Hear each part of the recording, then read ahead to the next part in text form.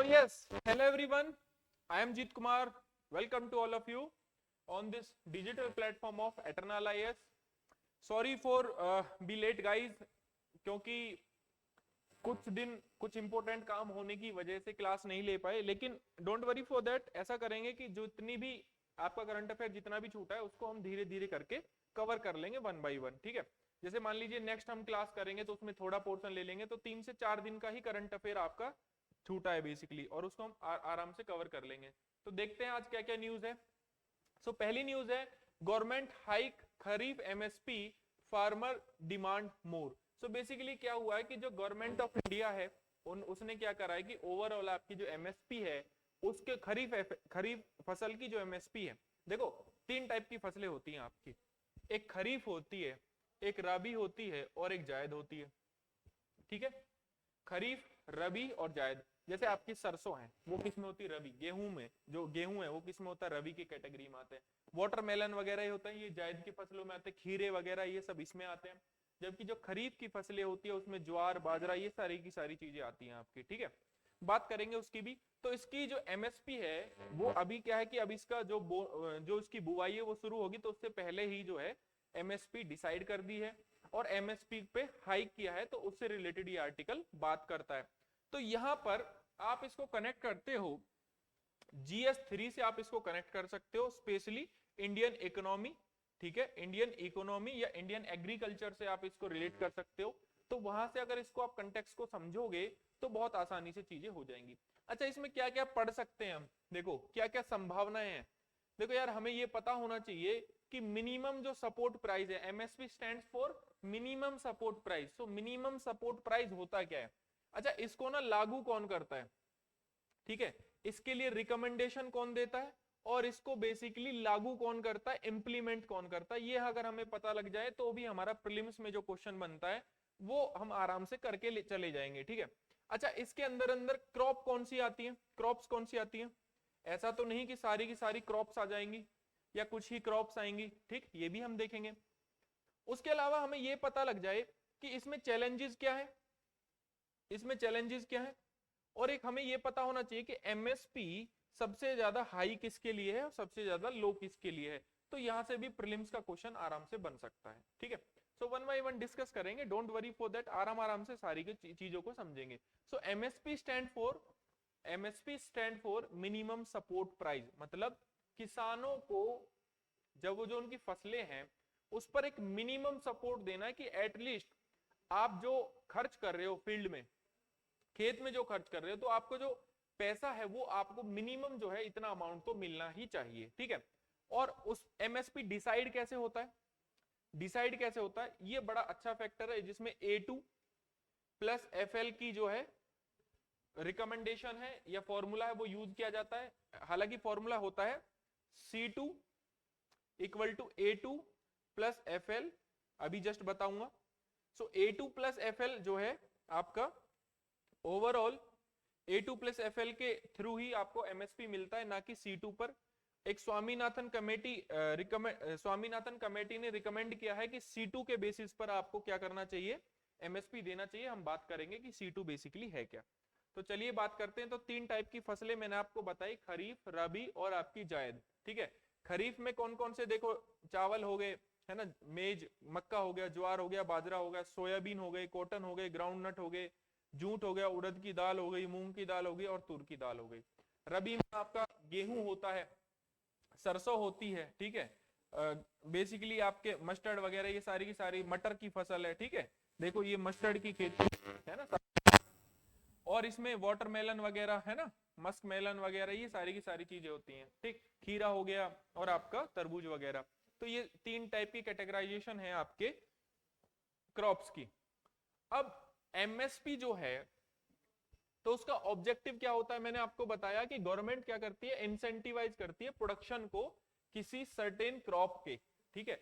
जैसे हमारे यहाँ एमएसपी हमें गेहूं और सरसों पे ज्यादा मिलता है, तो इसलिए लोग गेहूं और सरसों ज्यादा उगाना पसंद करते हैं एज कंपेयर टू दूसरे जितने भी ग्रेन्स हैं। उसकी वजह से क्या होता है कि न्यूट्रिशन जो इम्बेलेंस हो रहा है कहां पर, हमारे देश में, उसकी वजह से ही हो रहा है, क्योंकि कहीं ना कहीं एमएसपी गवर्नमेंट क्या कर रही है, ज्यादा प्रोवाइड कर रही है किसको, गेहूं और उसको उगाने जो सरसों उगाते हैं उनको, तो फार्मर क्या करते हैं, ज्यादा लाभ लेना चाहते हैं तो वो वाली फसलें उगा लेते हैं, धान की फसलें उगा देते हैं। इसे हरियाणा पंजाब में बहुत सारी समस्या ये है कि हरियाणा और जो पंजाब है उनकी जो मिट्टी है वो जो बेसिकली अगर हम देखें तो धान की फसल के लिए उपयुक्त नहीं है, लेकिन फिर भी वहां पर टेक्नोलॉजी, वाटर वगैरह ये सारी चीजें अवेलेबल है, लाइट अवेलेबल है, इसकी वजह से वहां पर वो ग्रो होता है। अब उसकी वजह से यहाँ उनकी मिट्टी में और यहाँ या कहें तो ऑक्सीडेशन प्रोसेस आप सीखेंगे साइंस एंड टेक में, तो उसकी वजह से क्या हो रहा है कि कैंसरकारी जो है चीजें आ रही हैं, और जो वाटर है वो हैवी वाटर होता चला जा रहा है, तो वाटर जो है वो बहुत ज्यादा यूज होता है, तो ग्राउंड वाटर के रिसोर्सेज भी कम होते चले जा रहे हैं, बात करेंगे उसके बारे में भी। अच्छा, एमएसपी डिसाइड कौन करता है और रिकमेंड कौन करता है?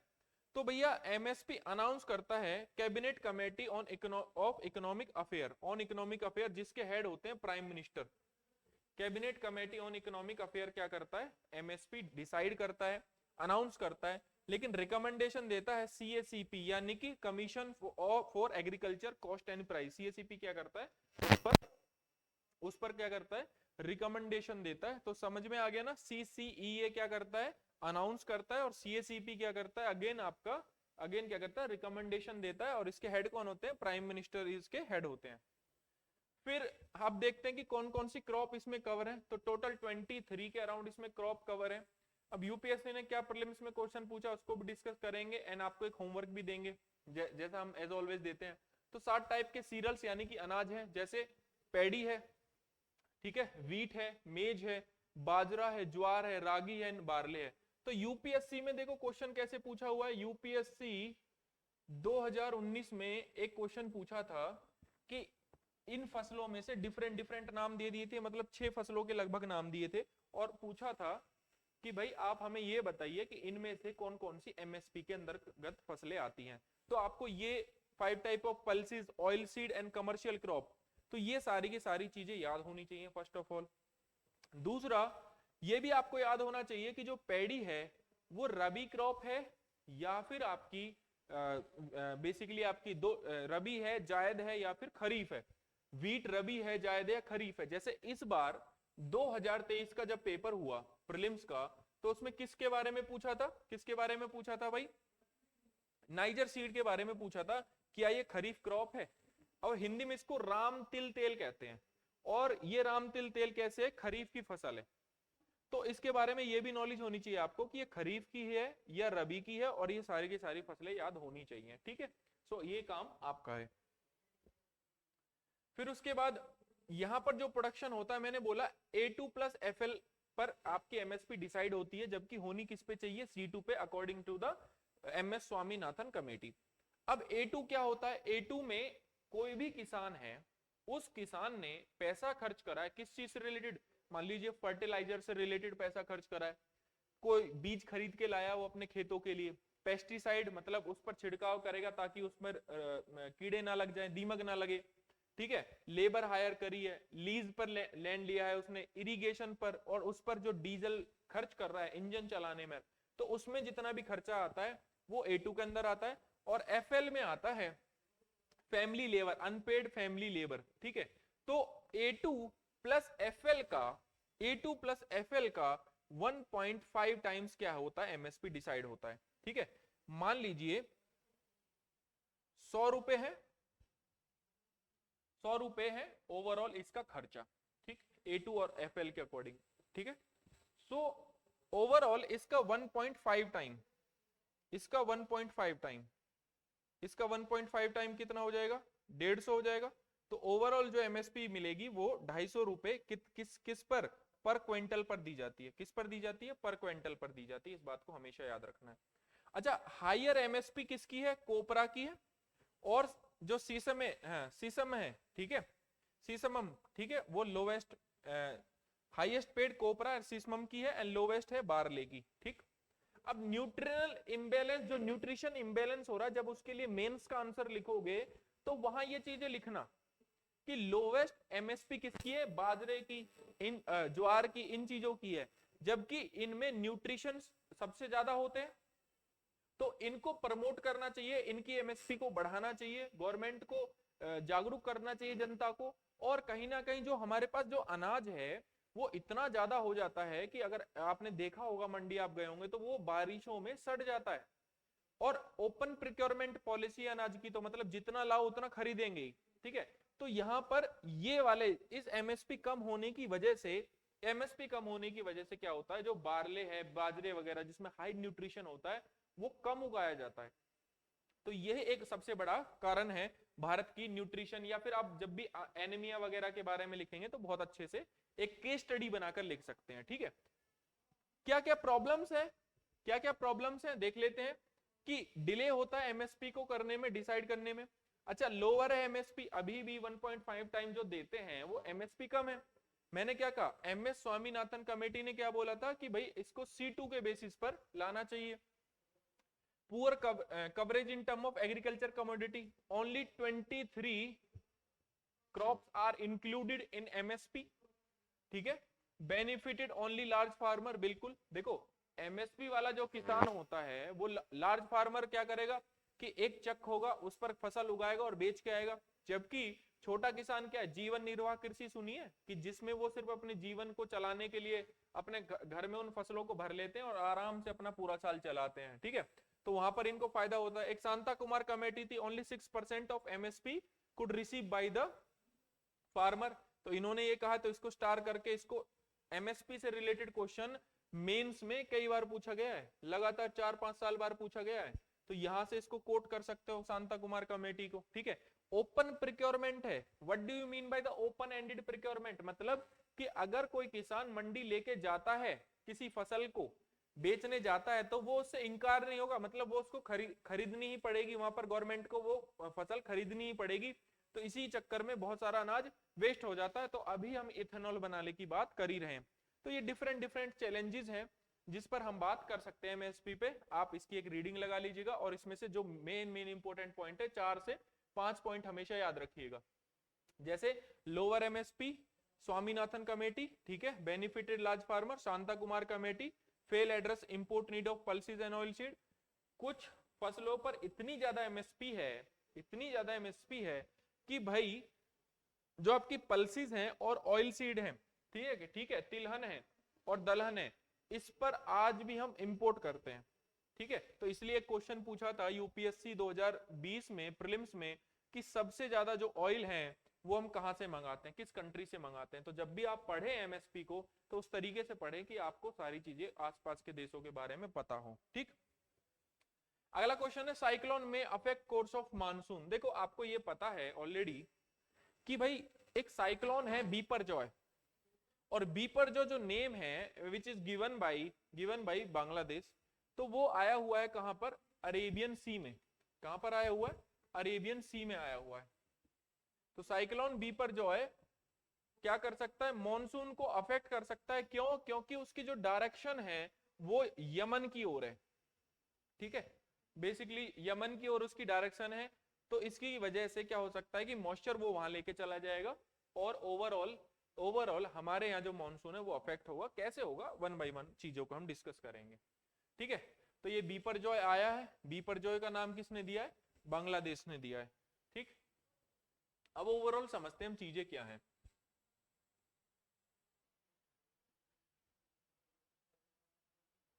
ठीक है भाई, ये एक इंडिया का ऐसे मैप मान लेते हैं, ठीक। अब इसमें क्या होता है कि ये अरेबियन सी है, यहां पर आपका क्या है, बे ऑफ बंगाल है, ठीक। अब क्या हो रहा है, सिंपल सी बात है, एक बार इसको रब कर देते हैं जरा, या फिर दूसरी स्लाइड लेते हैं, रुकिए एक बार।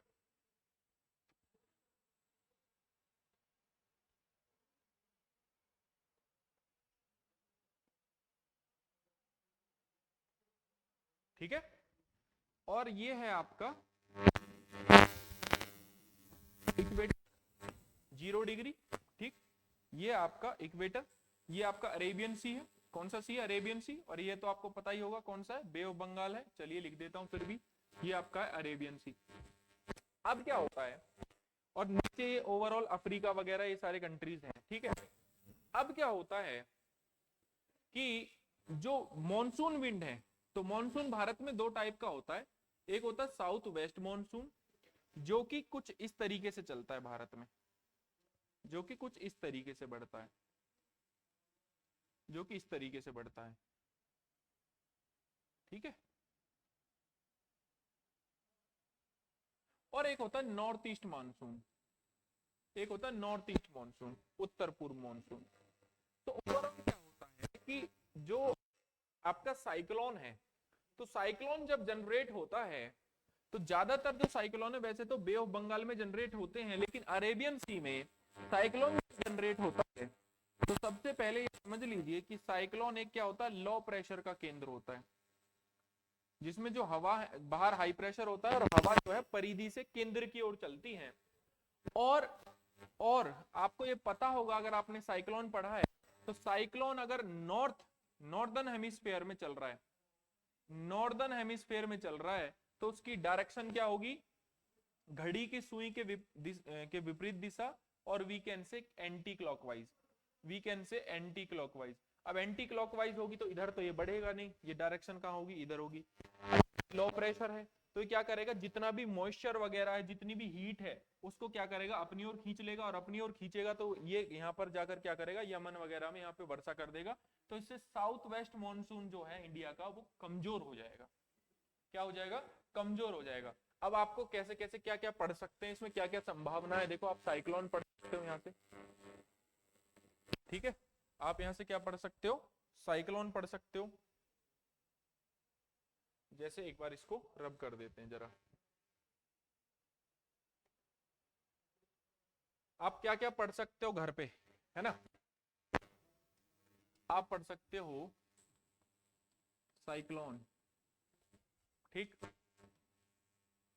साइक्लोन के अलावा और क्या पढ़ सकते हो आप, नेमिंग कैसे होती है। जैसे ऑस्ट्रेलिया में साइक्लोन को विली विली के नाम से जाना जाता है, भारत में साइक्लोन के नाम से, जापान साइड टाइफून के नाम से, और आपका कैरेबियन सी में टॉर्नेडो के नाम से जाना जाता है, ठीक है।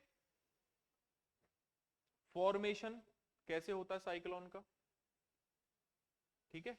और ये कहां सीखेंगे हम, टाइप्स में। और टाइप्स में कितने टाइप के होते हैं, एक ट्रॉपिकल साइक्लोन होता है, ट्रॉपिकल साइक्लोन होता है, और एक होता है टेम्परेट साइक्लोन। कैसे होता है, एक टेम्परेट साइक्लोन होता है, एक ट्रॉपिकल। एक होता है उष्ण कटिबंधीय, एक होता है शीतोष्ण कटिबंधीय, ये दो टाइप के आपके साइक्लोन होते हैं।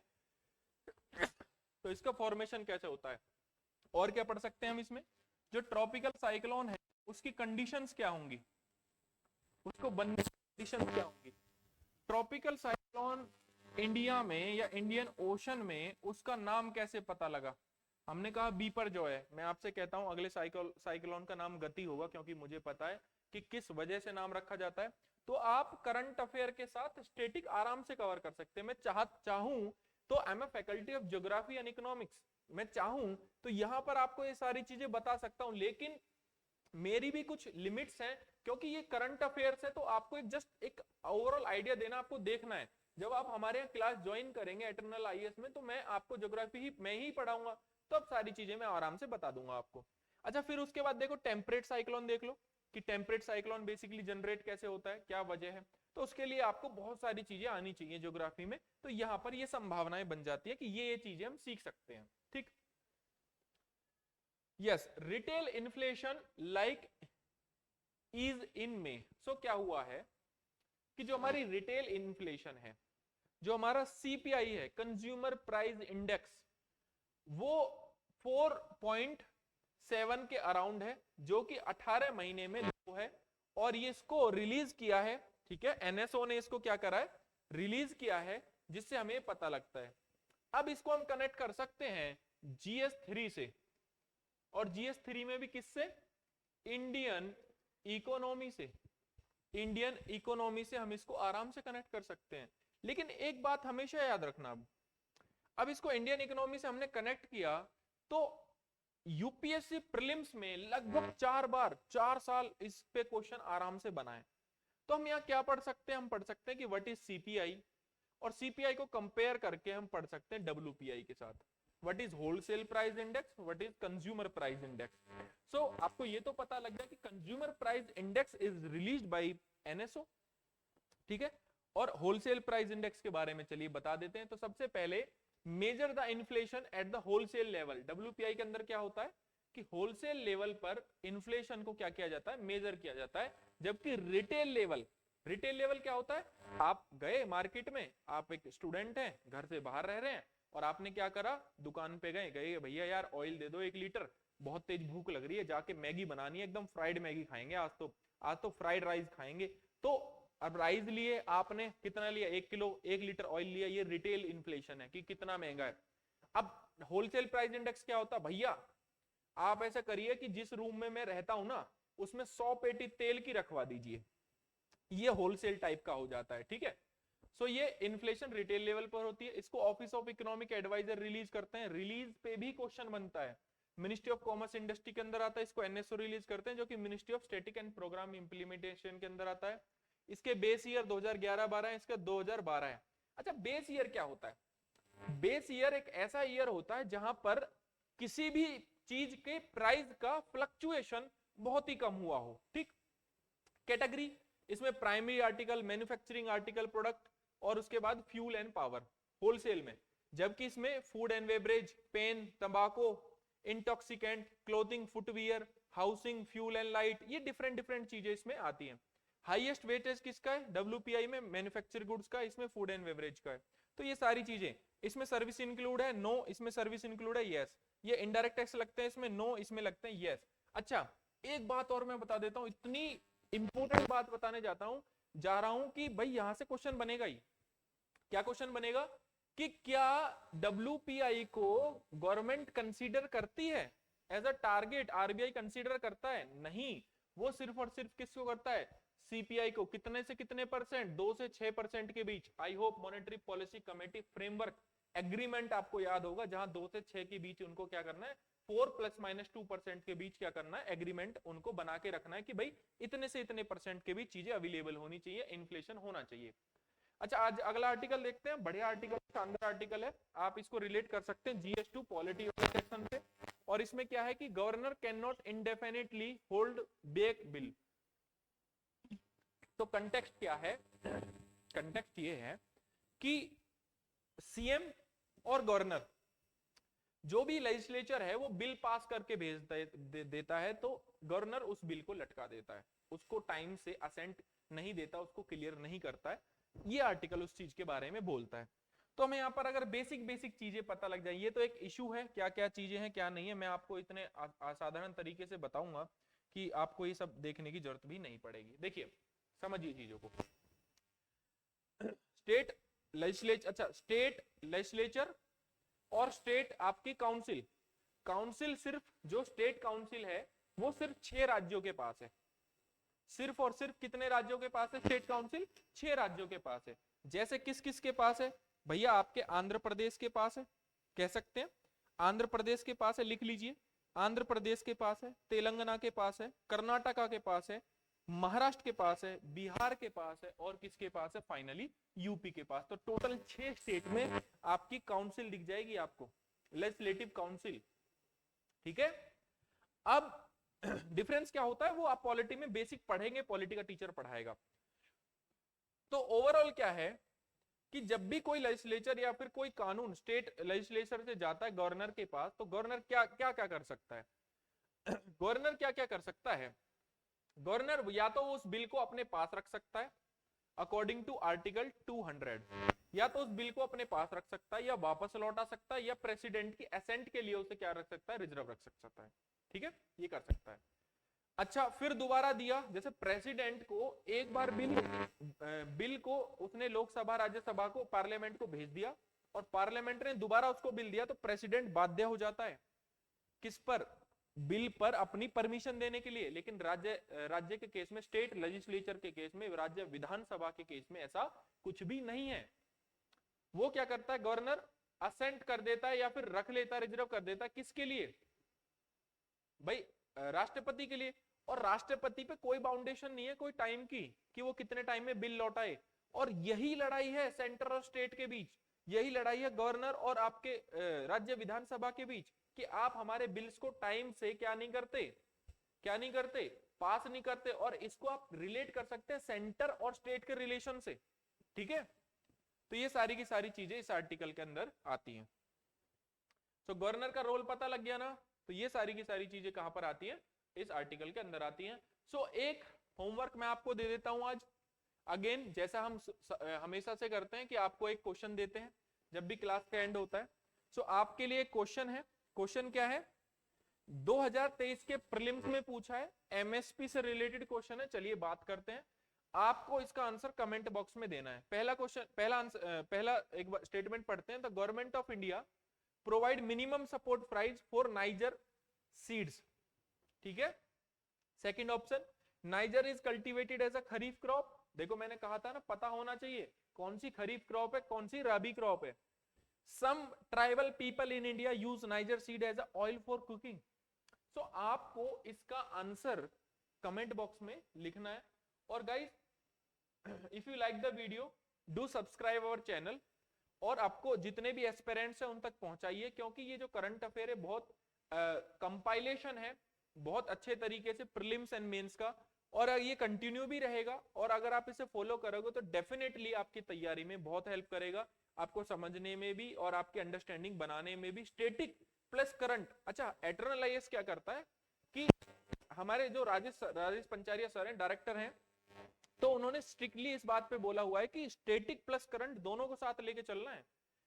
लोग क्या करते हैं, सिर्फ करंट पढ़ा के भाग जाते हैं, लेकिन स्टैटिक और करंट, अब जैसे बताया ना आपको, साइक्लोन में आप ये चीजें पढ़ सकते हैं, ठीक है। तो आप अगर जीएस का फाउंडेशन आप कर चुके हो तो वेल एंड गुड है, आपको और अच्छे से समझ में आएगा। और जो बिल्कुल फ्रेश बच्चे हैं ना, जिनको अभी कुछ पता नहीं है, वो जस्ट इसको धीरे धीरे फॉलो करें, और धीरे धीरे आपको यहाँ पर गाइडेंस मिलेगा, इसको और लोगों को पहुंचाए, एंड देन आपको बहुत ज्यादा इसका फायदा होने को मिलेगा, ठीक है। तो मिलते हैं नेक्स्ट लेक्चर में। Thank you so much.